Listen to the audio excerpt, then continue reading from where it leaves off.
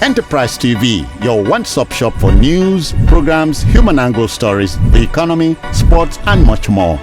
We go the extra mile to bring incredible details to you. So hop on the train now. Enterprise TV, a tradition of truth. We're still on Enterprise Morning on Enterprise TV, and on the second segment of the show this morning, we'll be looking at a runoff elections in Liberia, where voters are set to get a new president. Ballot counting is underway in Liberia in a runoff election between President George Weah and former Vice President Joseph Boakai in what is expected to be a closely fought vote. Former soccer star Weah, 57, who came to power in 2018 after beating Boakai, won just 7,000 more votes than career politician Boakai in the October poll, where failed to reach the 50% needed to secure an outright victory in October. I still have Cyril here. Thanks for staying tuned. Yeah. But we are now being joined by Barrister Evans Ufeli. He's a legal practitioner. Thanks for joining us on the show this morning. Thank you. Good morning. Good morning. Now, do you see the current president, George Weah, defeating his main rival by a wider margin, which he failed to achieve in the first round of voting? It's going to be difficult. It's already difficult. You understand? Because he failed to clinch the 50% that's required.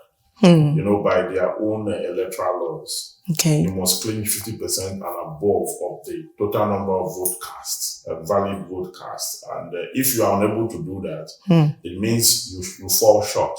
Now, in the case under reference, both parties fell short of that requirement. And that is why there's a runoff. Now, if you look at the reason I say it's going to be difficult is because George Weah, 57-year-old, a celebrity, a footballer, well known, clinched power in his first time basically on the ground of his popularity and the expectation that he should know and perform. But his performance is quite below expectation. Yes, of course. Yes, he has not really put that country in the right place. I mean, his predecessor did them even pretty well better than what we have seen so far. He's not a career politician to start with.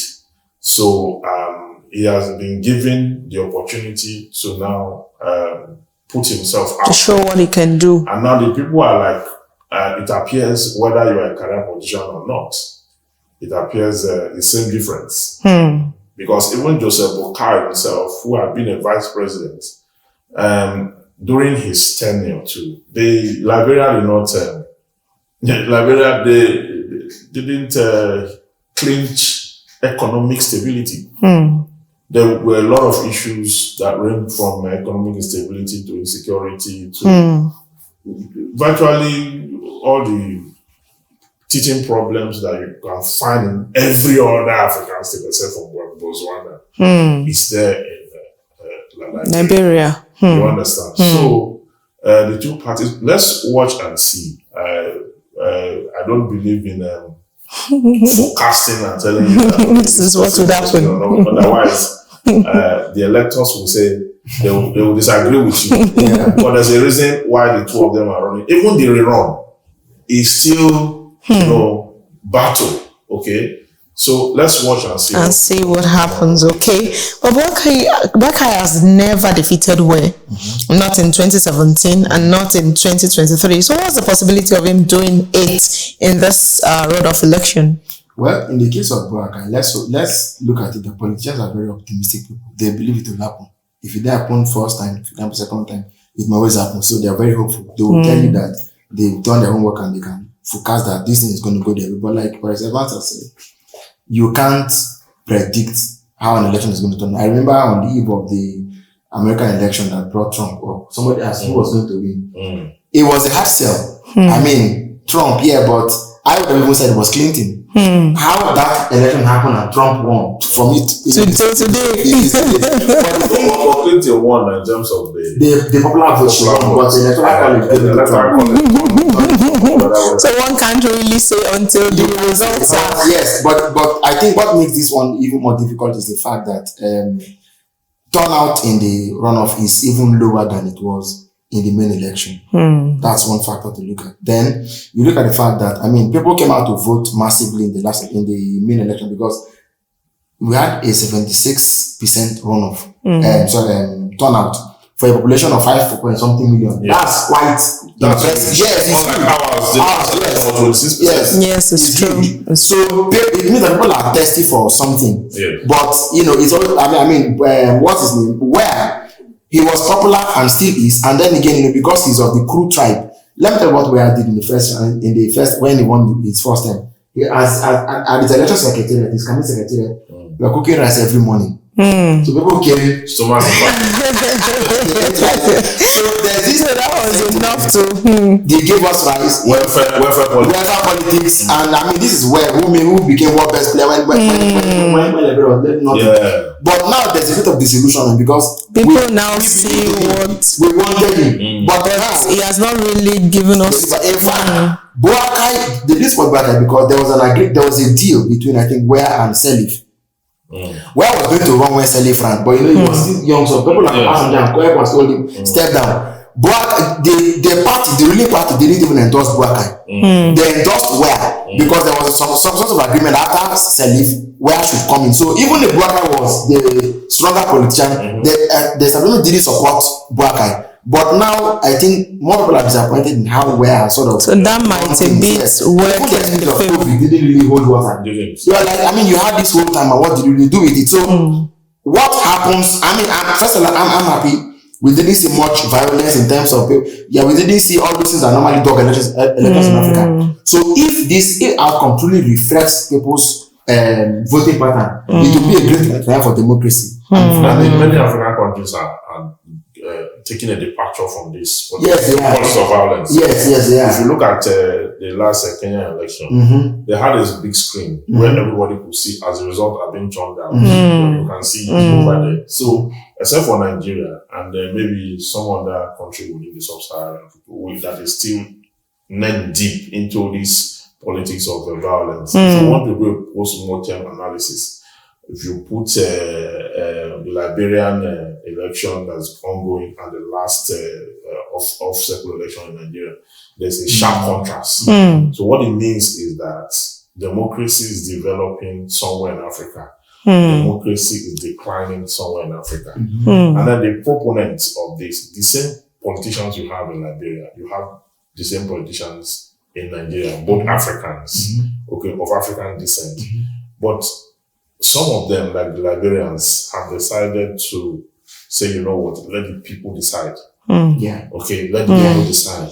But here, the politicians do not even care about the people, their voice, let alone allowing them to they just do what they feel like doing. Because I was going to say that this has been a largely peaceful election, as there has not been any reports of violence and all of that. Do we say democracy has really come of age in Africa? Do we say looking at what is going on in Liberia, I think looking at what is going on in Liberia and some other African countries, the ones that are not in monarchy and the ones that have democracy, in one breath, for those that have democracy, we could say there's progress.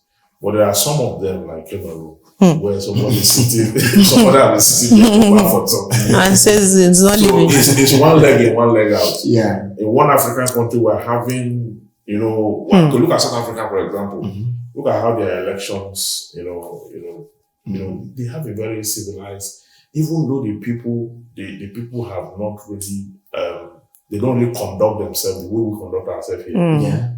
But they seem to be having a say. The people have a say. Yeah, and their government have a way of also taming them. You understand? The people have a say. Because the law prevails. Yeah, the law prevails. I was in South Africa in August. And the way we live here is not the way they live there. A large population of their youths are just on the streets. Okay, not doing anything in particular.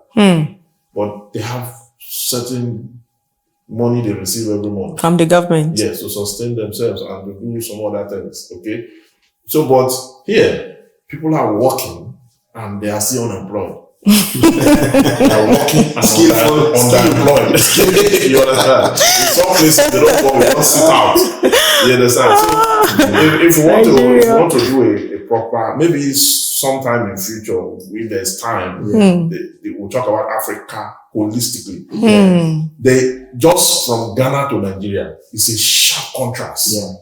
From Nigeria, from Ghana to the next country, It's another it's a different lifestyle entirely. So Africa should put its head together. Because the reason the world see us from the point of poverty, kwashiorkor, sickness, disease, because of the way they treat us, the way they do even. The way leadership has failed. Everything rises and falls on leadership. And anywhere you go, where you see extreme poverty, where you see lack of medical care, lack of, you know that there's problem with leadership. Just check the home unit, for example, the family unit, for example. A house where the father does not care about the welfare of the children or the wife. If you compare it with a family that is family maybe that together with that man, but who is conscious of the welfare of his family, you will see the sharp difference. Now, the one that neglects his family now, creates a problem for society because those children are now drained. One thing, just like the Holy Writ says that the rich man's wealth, which is a strong city, the destruction of the poor is their poverty. Yes. The poor person does not even need demon. His poverty is a demon already. It's enough to So Africa will need to much more than just election. We're looking forward to leadership because these two guys now, Weah and Joseph Boakai, whoever wins, for me, makes no difference. Except I'm able to pinpoint the difference major achievements in the life of the people and in the progress of the country at large. That's what would matter eventually. Yes. Do you have any? I was going to add finally that you see, African countries can take a cue from Kenya, for example. They have this electoral violence in 2007. They were still collecting the votes. Odinga and Mwai Kibaki. Yes. When all of a sudden the IEBC announced that Kibaki had won the election, there was widespread violence. Now, what they did was that by the time the next election cycle came, they had amended the laws to devolve powers. And then that election, Uhuru Kenyatta won. In Kenyatta's second term, you know that because the IEBC didn't want observers to go and check the server to know how the figures are computed, the Supreme Court annulled the election. So what happened was that by the time Kenyatta's time was done and Ruto was running for office, Ruto versus I think Odinga, they now put that thing up to say, let the whole world see. So with every cycle, they get more civilized. Yes. So they can evolve. In Nigeria now, we are being told that INEC will hopefully upload elections on INEC. Do you know that in Kogi, people are already pre-filled election result sheets? They already pre-filled. And that is what will be uploaded. Oh, goodness. They already pre-filled. And INEC didn't have anything serious to say to counter what we've already seen. So, are we growing? I mean, like Barrister said, some parts of Africa is one leg in, other parts are one leg out. Let those who are out left from those who are in, so that all of us can be together and grow. Yes. Wow. And that will be all on Enterprise Morning this Wednesday morning. Thanks to Cyril for being a part of the show. And of course, a big thank you also to Barrister Evans for making the show a beautiful one this morning. Thanks to you, Cyril, for being a part of the program this morning. And a big thanks to Barrister Evans for making the show a beautiful one. Yes, let's do this together again, same station tomorrow, to have a great day ahead. Good morning. Enterprise TV, your one-stop shop for news, programs, human angle stories, the economy, sports, and much more. We go the extra mile to bring incredible details to you. So hop on the train now. Enterprise TV, a tradition of truth.